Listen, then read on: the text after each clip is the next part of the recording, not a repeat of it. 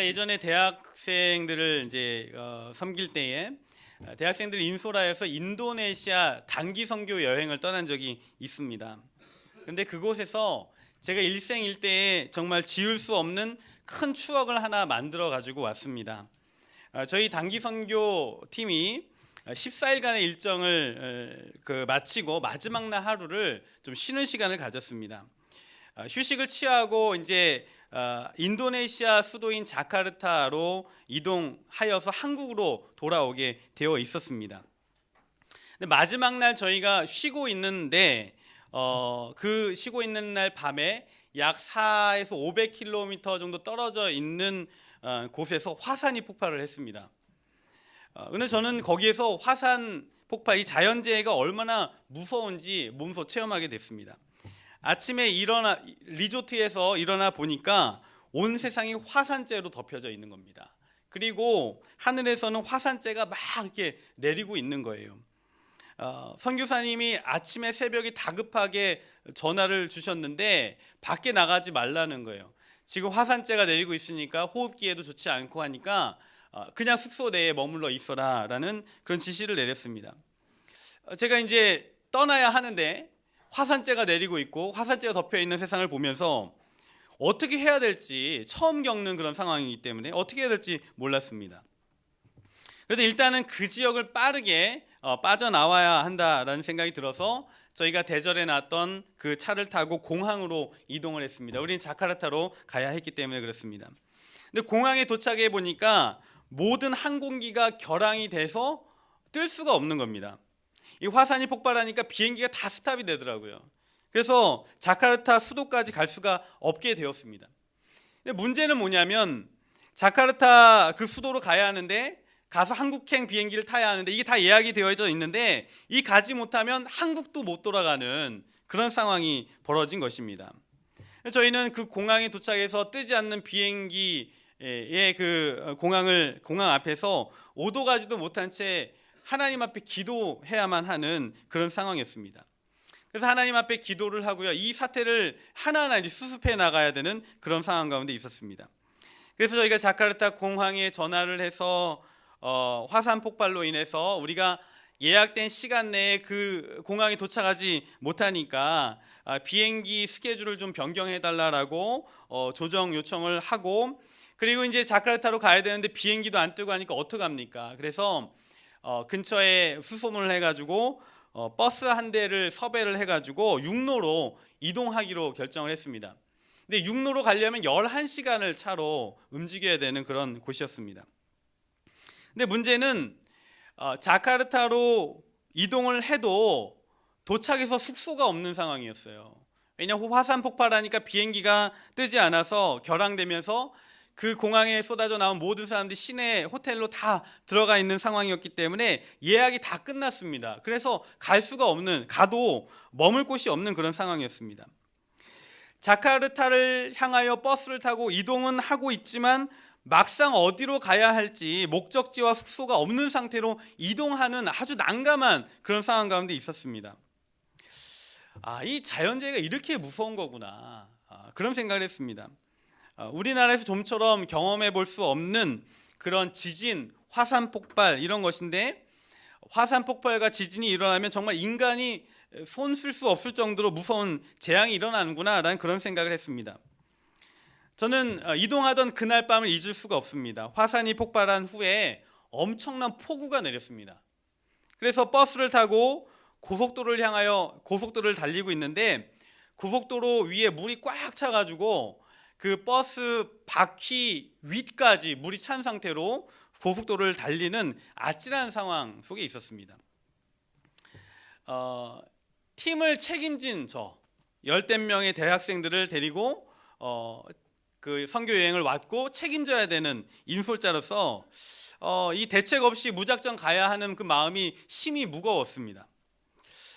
이동 중에 선교사님은 그 자카르타 시내에 있는 호텔들을 전화하면서 계속 우리가 묵을 수 있는 방이 있는지 알아보고 있는 상황이고, 폭우는 막 하염없이 쏟아지고 있고 저희는 이동하고 있는데 마음이 답답하여 견딜 수가 없는 거예요.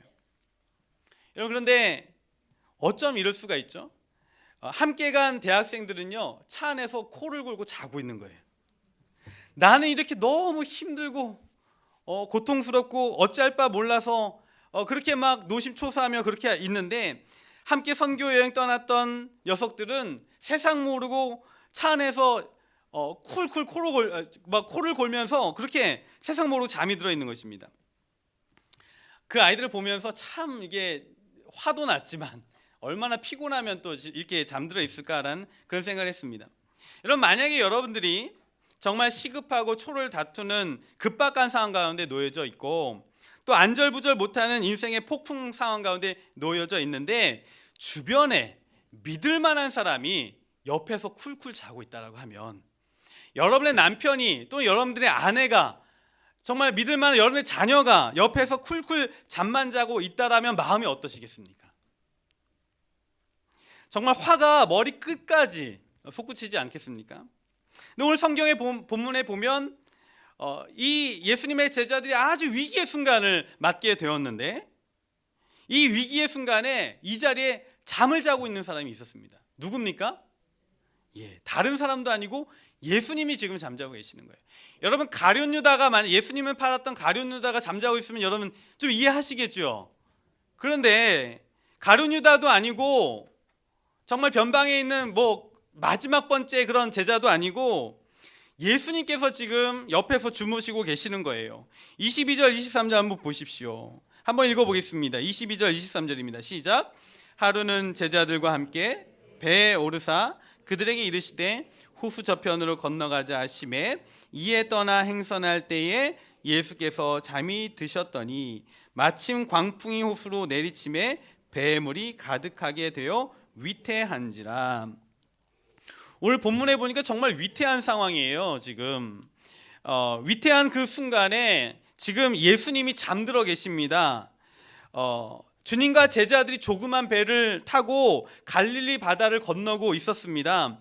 그런데 여러분, 갈릴리 바다는요, 평소에는 잔잔한 바다입니다. 그렇게 막 흉악한 그런 험난한 그런 바다가 아닙니다.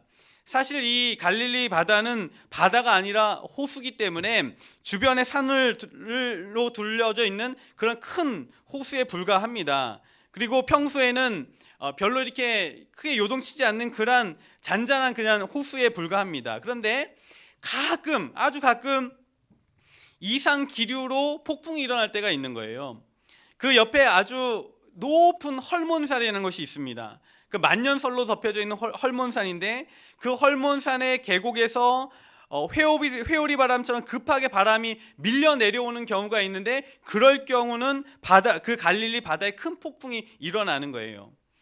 그런데 하필 예수님의 제자들이 예수님과 함께 그 갈릴리 바다를 건너려고 할 때 그 폭풍이 일어났던 것입니다. 그래서 이 폭풍이 일어나고 바닷물이 배에 들이쳐서 침몰하게 되었어요. 잘못하면 곧 배가 뒤집히고 모두 바다에 수장되는 그런 상황이 되었는데, 이 급박한 상황 가운데 예수님은 옆에서 쿨쿨 주무시고 계시는 거예요. 게다가 여러분, 이 바다를 건너자라고, 배를 타자라고 제안한 사람이 누굽니까? 예수님이에요. 예수님이 가자고 했는데 가자고 한 사람이 지금 배에서 주무시고 계시는 것입니다. 여러분들 아시다시피 제자들 중에는 뱃사람들이 많이 있습니다. 특별히 갈릴리 지역에서, 이 갈릴리 바다에서 고기를 잡았던 뱃사람들이 여럿 있습니다. 그래서 이 지형을 너무나 잘 알고 그 바다의 생태를 너무나 잘 알고 있는 사람들이 그 배에 타고 있었고, 한편으로는 그 바다에 대해서 경험이 많은 사람들이 그 배에 타고 있었습니다. 여러분, 세상에 살면서 경험이 중요합니까? 중요하지 않습니까? 중요하지요. 직장 생활함에 있어서도 경험이 너무나 중요합니다. 그래서 1년차, 2년차, 3년차 연차가 올라가야지 그 일도 능숙하게 할 수 있는 것이고, 사실 사업을 함에 있어서도 경험이 너무나 중요한 것이고, 심지어는 우리가 집에서 아이를 키울 때도, 아이를 돌보는 일에도 경험이 필요한 것이죠. 그래서 우리가 경험을 가진 자는 당해낼 수가 없습니다. 그런데 여러분, 살면서 경험이 소용이 없는 인생의 위기의 순간이 있습니까? 없습니까? 있어요. 예수님의 제자들 중에 베테랑 뱃사람들이 있는데요, 그리고 이 바다에 대해서 너무나 잘 알고 있는 사람들이 그 배에 타고 있는데 갑자기 몰아친 이 폭풍 속에서 이 제자들의 경험은 소용이 없었습니다. 이 폭풍을 감당할 수가 없었습니다. 이들이 완전히 혼비백산하여서 어떻게 해야 할지 모르는 그런 지경에 놓여져 있었습니다. 여러분, 우리는 배 위에서 갑작스러운 그 폭풍을 만나서 몹시 두려워하고 아무것도 할 수 없는 그 제자들의 모습 속에서 우리의 모습을 발견하게 되는 거예요. 평소에 우리의 인생은요, 갈릴리 바다와 같이 평범하고 잔잔합니다. 그러나 인생의 폭풍이 한번 몰아치면요, 정말 걷잡을 수 없이 우리는 감당하지 못하는 것입니다. 정말 우리 인생이야말로 정말 갑작스러운 폭풍을 맞는 인생, 그래서 정말 방향을 잃어버리는, 정말 평정심을 잃어버리는 그런 인생 아니겠습니까? 어떤 분들은 지금 이 자리에서 그런 인생의 폭풍의 상황을 겪고 계시는 분들이 계실 터이고, 또 어떤 분들은 과거에 그런 폭풍의 시기들을 지나오신 분들도 있을지 모르겠습니다. 그리고 우리는 미래를 살아가야 하는데 우리 미래의 삶이 결코 안정적일 수만 없다라는 그 사실에 우리는 늘 불안해하면서 살고 있는 것이죠. 요즘 대신방 기간입니다. 제가 이제 각 가정을 찾아가서 개인적인 그런 삶의 이야기를 듣고 나누고 함께 기도하는 그런 시간들을 가지면서 영적으로 큰 그런 풍성한 은혜들을 나누고 있습니다.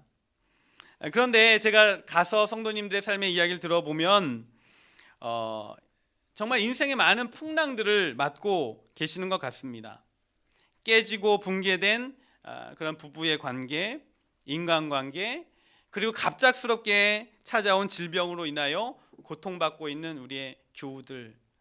그런데 이것이 단시간에 동안 겪는 그런 육신의 질병이 아니라 오랜 시간 동안 질병에 시달려야만 하는 그런 교우들. 이뿐입니까? 실직으로 인해서 재정적 곤경에 처해 있는 분들도 많이 계십니다. 어떤 분들은 가장 사랑하는 자녀들이, 가족들이 아직 구원받지 못한 일로 인해서 영적인 그 시리에 빠져서 헤어나오지 못하시는 분들도 계십니다. 우리는 이런저런 인생의 폭풍을 맞고 살아가고 있고 또 폭풍을 맞은 그런 사람들도 많이 계십니다. 이런 인생의 폭풍은요, 갑작스럽게 찾아오는 것 같습니다. 평소에는 잔잔하던 나의 인생인데 예기치 않게 그런 폭풍들이 찾아오는 거예요. 심지어는 자기가 폭풍의 한가운데로 밀려가고 있다는 사실도 인지하지 못한 채 살아가다가 어느 순간 정신이 깨어보니까 인생의 그 폭풍에 한복판에 놓여져 있어서 화들짝 놀라는 경우들도 있습니다. 여러분들, 인생의 그런 위태한 순간에 우리 주님은 뭐 하고 계시는가 가만히 보면 뭐 하고 계십니까? 주무시고 계시는 것 같은 거예요. 마가복음 4장 38절에 보면 똑같은 사건을 기록하고 있는데 거기엔 더 가관입니다. 어떻게 기록되어 있냐면 예수께서는 고물에서 베개를 베고 주무시더니 베개까지 챙겨 베고 주무시고 계세요. 이 위기의 순간에, 정말 이 급박한 순간에 베개까지 챙겨서 주무시고 계시는 주님. 제자들이 흔들어 깨웁니다. 선생님이여, 우리가 죽게 된 것을 돌보지 아니하시나이까? 우리가 지금 다 죽게 됐는데 당신 지금 뭐 하고 있는 겁니까? 라고 제자들이 자기 스승에게 호통치면서 지금 뭐 하고 있느냐, 화가 머리끝까지 치밀어 올라가지고 그렇게 이야기하고 있는 것입니다. 지금 잠이 오세요 정말, 그러면서 흔들어 깨우고 있는 겁니다. 여러분, 우리는 가끔 정말 그런 감정을 느낍니다. 나는 이렇게 힘들고 나는 이렇게 죽을 것 같은데 도대체 나를 사랑하신다는 하나님은 어디 계시는가? 하나님의 도움과 위로를 전혀 느끼지 못하는, 하나님께서 정말 내 인생 가운데 개입하고 계시는가? 나를 사랑하시는 건 맞는가? 혹시 나의 하나님은 주무시고 계시지 않는가? 나는 그런 감정을 느낄 때가 있습니다. 성경은 이렇게 기록하고 있죠. 하나님은 졸지도 아니하시고 주무시지도 아니하시고 우리를 돌보신다라고 말씀하고 있는데 이 말씀을 믿을 수가 없는 거죠. 여러분, 여러분들이 느끼고 계시는 주님, 옆에 계시는 주님은 주무시는 주님이십니까?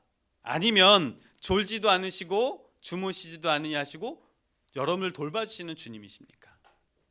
어떠한 분이십니까? 다시 성경을 봅니다.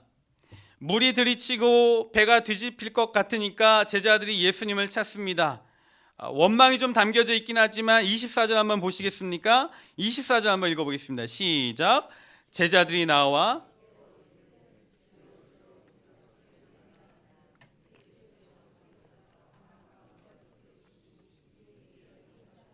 아멘. 제자들이요 주님을 흔들어 깨웁니다. 주여 주여 우리가 죽겠나이다 라고 흔들어 깨웁니다. 여러분, 사람은 이상하게 인생의 위기가 찾아오지 않으면 하나님을 찾지 않습니다. 사람은 자기의 힘으로 극복할 수 없는 상황에 처해 위기를 맞을 때 비로소 하나님을 찾는 것 같습니다. 그런데 우리가 너무나 그런 힘든 그런 상황들을 겪게 될 때에 그 어려움을 주시는 이유와 목적이 있습니다. 그래서 성경은 늘 말씀하십니다. 하나님께서는 우리에게 견딜 수 있을 만큼의 풍랑을 허락하시고 결국 우리에게 피할 길을 내어주신다. 그래서 고린도전서 10장 13절에 보니까 사람이 감당할 시험 밖에는 너희가 당한 것이 없나니 오직 하나님은 미쁘사 너희가 감당하지 못할 시험 당함을 허락하지 아니하시고 시험 당할 즈음에 또한 길을 내사 너희로 능히 감당하게 하시느니라. 우리로 하여금 감당할 수 있는 시험을 주실 뿐 아니라 시험 당할 때쯤에 그것을 피할 수 있는 길도 주님께서 마련해 주신다라고 말씀하신다는 것입니다. 여러분, 우리의 하나님은 우리에게 견딜 만한 시험만 주시는 분이십니다. 그리고 꼭 그것을 피할 길로 마련해 주시는 분이십니다. 아멘이십니까? 더 큰 문제는 뭐냐면 우리가 시험을 당하고 풍랑을 만나는 것이 문제가 아니라 인생의 풍랑을 맞았을 때 하나님을 믿고 또 하나님을 신뢰하지 않는 것, 하나님을 찾지 않는 것, 그것이 더 큰 문제라는 것입니다. 제가 한 번은 아들하고 풀장을 갔습니다. 수영하러 풀장을 갔는데 풀장에서 튜브를 띄워놓고 같이 물놀이를 했습니다. 근데 이 어린아이가 무서울 수 있죠. 이게 아이한테 깊을 수도 있으니까. 아이가 이렇게 풀장에 들어갔는데 놀다가 보니까 어느 순간에 발이 땅에 닿지 않는 것을 이제 느낀 거예요. 자기 발이 땅에 닿지 않자 너무 무서워하면서 소리 지르면서 살려달라고 막 발버둥을 치는 겁니다.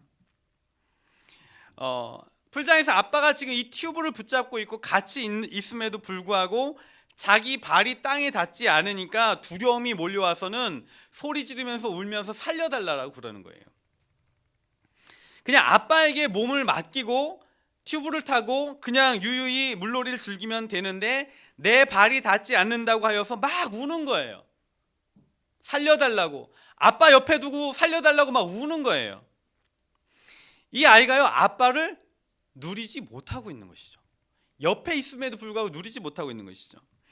여러 사람이 인생의 사나운 풍랑을 만났을 때 하나님의 주권과 인도를 의지하기보다는 자기의 감정에 치우쳐져 있습니다.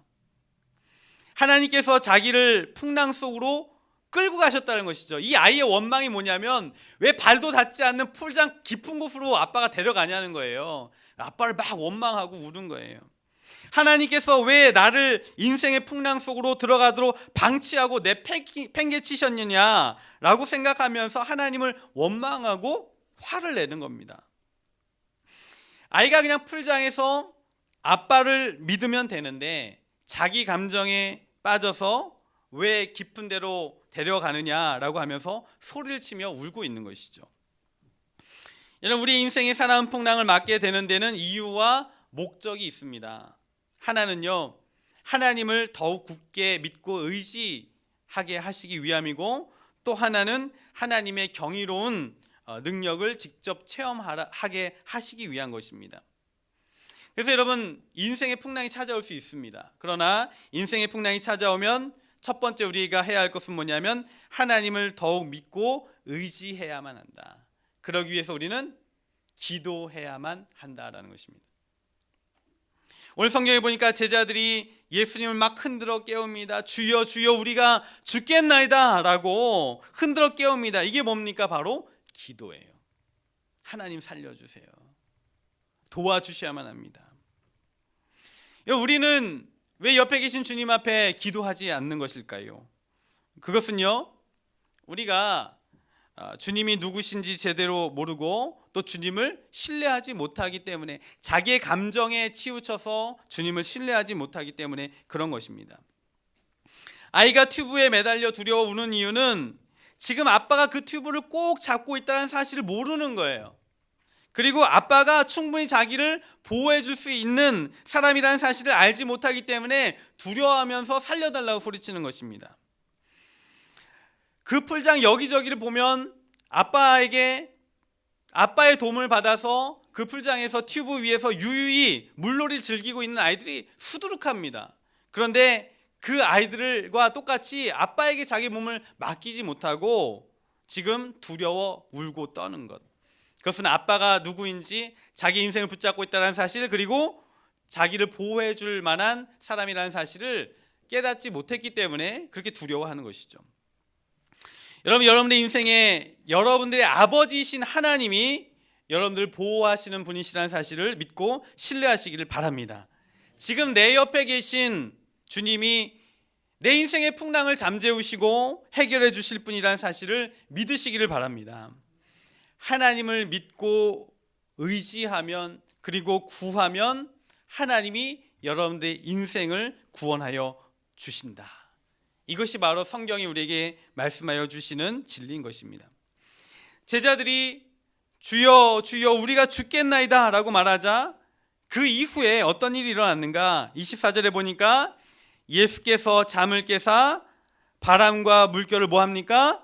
꾸짖으시니 이에 그쳐 어떻게 됩니까? 잔잔하여 지더라. 우리 예수님이 어떤 분이십니까? 조물주로서 세상 만물을 창조하신 분입니다. 그분이 인간의 몸을 입고 우리를 구원하시기 위해 이 땅 가운데 오셨기 때문에 세상의 모든 자연 만물, 우리의 환경을 통제하시는 분이십니다. 통치하시는 분이십니다. 그리고 세상의 모든 그런 물결들을, 우리 인생의 물결들을 잠잠케 하실 수 있는 능력을 가지신 분이십니다. 우리가 하나님을, 우리 주님을 만물 다스리고 통치하시고 우리의 모든 인생의 풍랑을 잠잠케 하시는 하나님이라는 사실을 믿지 않으면 우리는 그 하나님의 능력을 경험할 수 없는 거예요. 아빠가 자기의 인생을 보호해 줄 것을 믿지 못하면 그 아빠의 보호를 경험할 수 없는 거예요. 여러분, 우리가 인생의 풍랑 속에서 지금 내 옆에 계신 주님이 이 문제를 해결해 주실 분이시라는 것을 믿지 않으면, 그래서 우리가 기도하지 못하는 것입니다. 여러분들이 드리는 기도, 여러분의 인생에 분명한 문제 해결을 주실 것을 믿으시길 바랍니다. 여러분들이 이 시간 나와서 함께 기도하고 예배하는 이 시간이 하나님께서 큰 축복을 내려주셔서 여러분들의 인생의 모든 문제를 해결해 주시는 시간임을 믿으시길 바랍니다.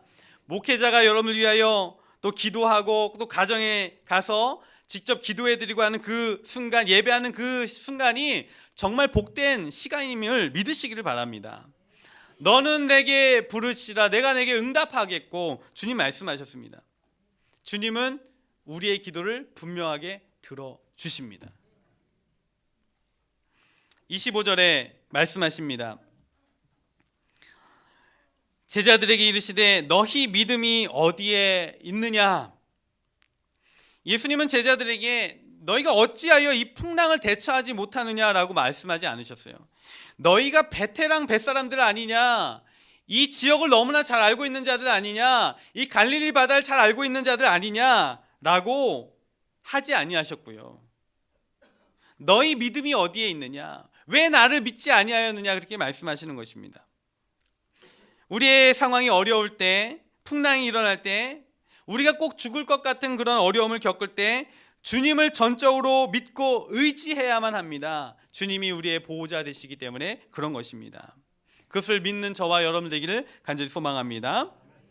체리 힐이라는 사람이 흔들리지 마라는 책을 썼습니다. 근데 이 책에 보면 우리의 인생에 풍랑이 일어나는 이유가 무엇인가 몇 가지로 정리를 했는데 좀 소개를 합니다. 첫 번째는요, 우리의 인생에 풍랑이 오는 이유는 뭐냐면 우리에게 나침반이 필요하다는 사실을 알려주기 위해서라는 겁니다. 저를 따라합니다. 인생의 풍랑은 나침반이 필요하다는 것을 알기 위해서이다. 여러분, 인생의 풍랑을 맞은 자는 길을 잃은 자이고 하나님의 도움이 절대적으로 필요한 자입니다. 그래서 풍랑이 쓸려 절망에 빠졌을 때 우리는 인생의 나침반이 필요한 것입니다. 여러분, 나침반은 늘 정북을 향하여 있습니다. 방향을 제시하여 줍니다. 우리가 풍랑 가운데 요동치고 있을 때, 앞이 보이지 않을 때 어디로 가야 할지 그 나침반은 방향을 보여주고 있는 것입니다. 그래서 우리의 인생의 풍랑은 왜 찾아오는가? 우리의 인생의 나침반이 바로 주 예수 그리스도시다 라는 것을 알려주기 위한 것입니다. 여러분, 인생의 정북은 무엇인가? 바로 주 예수 그리스도이심을 믿으시길 바랍니다. 풍랑 가운데 있을 때 인생의 나침반이 필요하다는 것을 알려주시기 위해서 주님께서 풍랑을 주시는 것이다. 두 번째, 인생의 풍랑은 왜 찾아오는가? 문제를 해결해 주시고 구원해 주시는 분이 예수 그리스도이심을 알려주기 위해서. 저를 따라합니다. 인생의 풍랑은 문제를 해결해 주시고 구원을 베풀어 주시는 분이 예수 그리스도이심을 알리기 위함이다. 네, 문제 해결과 구원을 베푸시는 분이 예수 그리스도이심을 알리기 위한 것입니다. 여러분, 하나님은 늘 우리의 인생을요 드라마틱하게 만드십니다. 이게 평범하게 그냥 순탄하게 그냥 쭉 이렇게 살면 좋은데 그렇지 않고요, 굴곡 있게 만드시고 정말 드라마틱한 그런 씬들을 많이 만들어내세요. 그래서 인생의 벼랑 끝까지 가게 하시고 때로는 또 정말 안전한 안전지대까지 인도하시기도 하고 하면서 인생의 그러한 파도를 타게 하십니다. 그런데 여러분, 우리 예수님은 왜 이렇게 하시는가? 분명히 주님은요, 잠잠하라 한마디로 이 풍랑을 잠재우실 수 있는 능력이 있으신 분이십니다. 그런데 풍랑이 일어서 물이 들이칠 때까지 계시는 거예요. 이 이유는 무엇인가 하면, 그런 능력이 있으심에도 불구하고 그렇게 하지 아니하시는 이유는 무엇인가 하면 성도들로 하여금 때를 따라 기다리고 하나님의 도움을 구하면서 그 문제를 직접 영적으로 해결하여 살도록 하시기 위해서 그런 것입니다. 여러분, 누가복음 24장 37절 38절에 보면 이런 말씀이 나옵니다. 예수님께서 죽은 지 3일 만에 부활하셔서 제자들 앞에 나타나셨어요. 근데 이 제자들이요, 예수님을 직접 눈으로 보고 있는데 믿지 못합니다. 눈앞에 보이시는 주님을 보고도 믿지 못합니다. 그래서 그들이 앞에 계신 주님이 귀신이라고 생각을 했습니다. 귀신이라고. 그때 예수님께서 뭐라고 하셨냐면, 놀라고 무서워하여 그 보는 것을 영으로 생각하는지라. 예수께서 이르시되 어찌하여 두려워하느냐, 어찌하여 마음에 의심이 생기느냐, 일어나느냐. 그것을 보고 두려워서 막 떨고 있는 제자들에게, 귀신이라고 여기고 있는 제자들에게 어찌하여 두려워하며 어찌하여 마음에 의심이 일어나느냐 이야기합니다. 이 말씀은 뭐냐면, 네 앞에 보여지는 나 예수를 그냥 있는 그대로, 보이는 그대로 뭐 하라는 겁니까? 믿으라는 거예요. 믿으라는 것. 네 옆에 계시는 그 주님을 그대로 보고 믿으라는 것입니다. 근데 제자들은 보고도 믿지 않았다는 것입니다. 여러분, 우리가 우리 옆에 계시는 주님을 있는 그대로 믿고 의지하면 우리는 위대하고 능력 많으신 그 주님을 경험하게 되는 줄 믿습니다. 이것이 성경의 진리입니다. 이번에 신방하면서 참 은혜가 되었던 것은 이런 것입니다. 제가 2015년도에 이 교회에서 처음 대신방을 했습니다. 우리 원로 목사님과 함께 대신방을 시작을 했는데, 제가 한 성도님 가정을 방문했을 때 2015년도에 기도 제목이 뭐였냐면 남편 구원이었습니다. 남편 구원. 이 거실에 앉았는데 거실에 이 사진이 붙어 있잖아요. 거기에 있는 남편이 구원 얻는 것이었습니다. 예수 믿는 것이었습니다. 저기 보이는 저 남편이 정말 착한 사람이라고, 저기 아내를 정말 사랑해주는 사람이고 가정에서 정말 성실한 그런 가장인데 딱 한 가지 흠이 있다라면 교회 가자라는 그 말만큼은 안 들어준다고. 30년이 넘도록 이야기하여도 교회 나가지 않는다. 요거 하나는 참 흠이다라고 하면서 예수님을 믿었으면 좋겠다라는 그런 기도 제목을 내놓으셨는데, 여러분 2년이 지난 이번 신방에 갔더니 그 남편이 교회 나오고 있더라고요. 2년 전에 기도 제목을 내놓았는데 남편이 교회 나오고 있더라고요.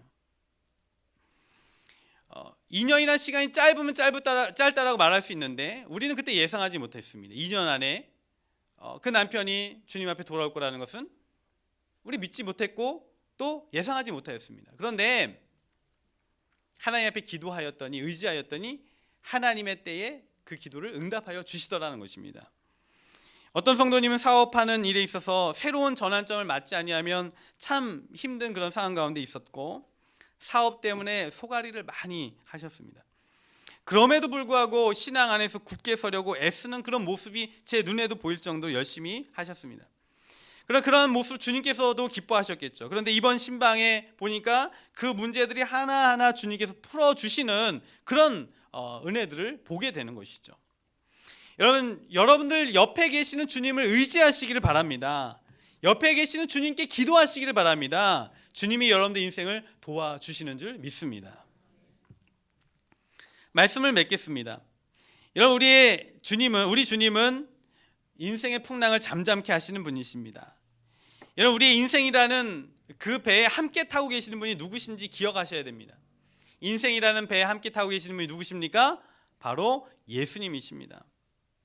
인생이라는 한 배를 타고 계시는 주님을 의지하고 바라보면 그분이 모든 풍랑을 잠잠케 하여 주시는 것입니다. 데일 카네기라는 사람이 근심이와 안녕이라는 책에서 이런 내용을 소개했습니다. 메디큐스 마네라는 부인이 있었는데 이 사람이 남편이요 사업을 하다가 부도를 내고 세상을 떠났습니다. 그래서 아이들과 아내만 세상에 이렇게 덩그러니 남겨지게 되었고 부도남으로 인해서 모든 재산을 다 잃었습니다. 그래서 길거리에 아이들하고 나앉게 된 것이죠. 어린 아들이 문방구에서 연필을 훔치다가 발각이 되어서 학교를 퇴학당하는 일이 벌어졌습니다.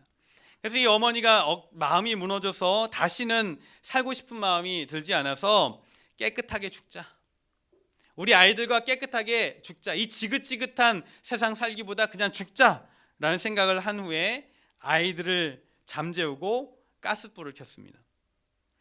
가스불이 새어나오고 방 안에 가득 차기 시작을 하자 정신이 혼미해지기 시작을 했습니다. 그런데 이웃집에서 찬송가 소리가 하나 들려지기 시작했습니다. 내 모든 시험 무거운 짐을 주 예수 앞에 아뢰이면 근심에 쌓인 날 돌아보사 내 근심 모두 맡으시네. 그 찬송이 들려오는 순간에 그 여인이 생각을 했습니다. 왜 죽을 생각을 하면서 기도할 생각은 하지 못하였을까? 그래서 아이들을 방 밖으로 밀어내고 가스불을 잠그고 창문을 열었습니다. 그리고 하나님 앞에 무릎을 꿇고 기도했습니다. 눈물이 왈칵 쏟아지고 또 기도하는 순간에 하나님께서 마음에 강력한 용기를 주십니다. 그래서 이 여인은 시골에 내려가서 빈집을 얻어 새 삶을 꾸리기 시작했고 그 어린 자녀들은 나중에 장성하여 크게 성공하게 됩니다. 데일 카네기가 이 책의 결론을 이렇게 맺습니다. 죽을 수 있는 용기를 가진 자들이여 하나님 앞에 기도할 수 있는 용기로 바꾸어 보라. 100번의 탄식보다 한 번의 기도가 당신에게 기적을 가져다 줄 것이다. 100번의 절망보다 한 번의 주를 향한 믿음이 당신의 인생을 바꾸어 줄 것이다. 여러분들의 인생 가운데 함께 계신 주님을 바라보시기를 바랍니다. 옆에 계신 주님께 여러분의 인생을 맡기고 의탁하시기를 바랍니다. 주님께서 여러분들의 모든 인생의 풍랑을 잠재워 주시고 잔잔한 물가로 인도하여 주실 줄 믿습니다. 우리 주님의 은혜를 경험하는 저와 여러분들이 되기를 간절히 소망합니다. 잠시 기도하겠습니다.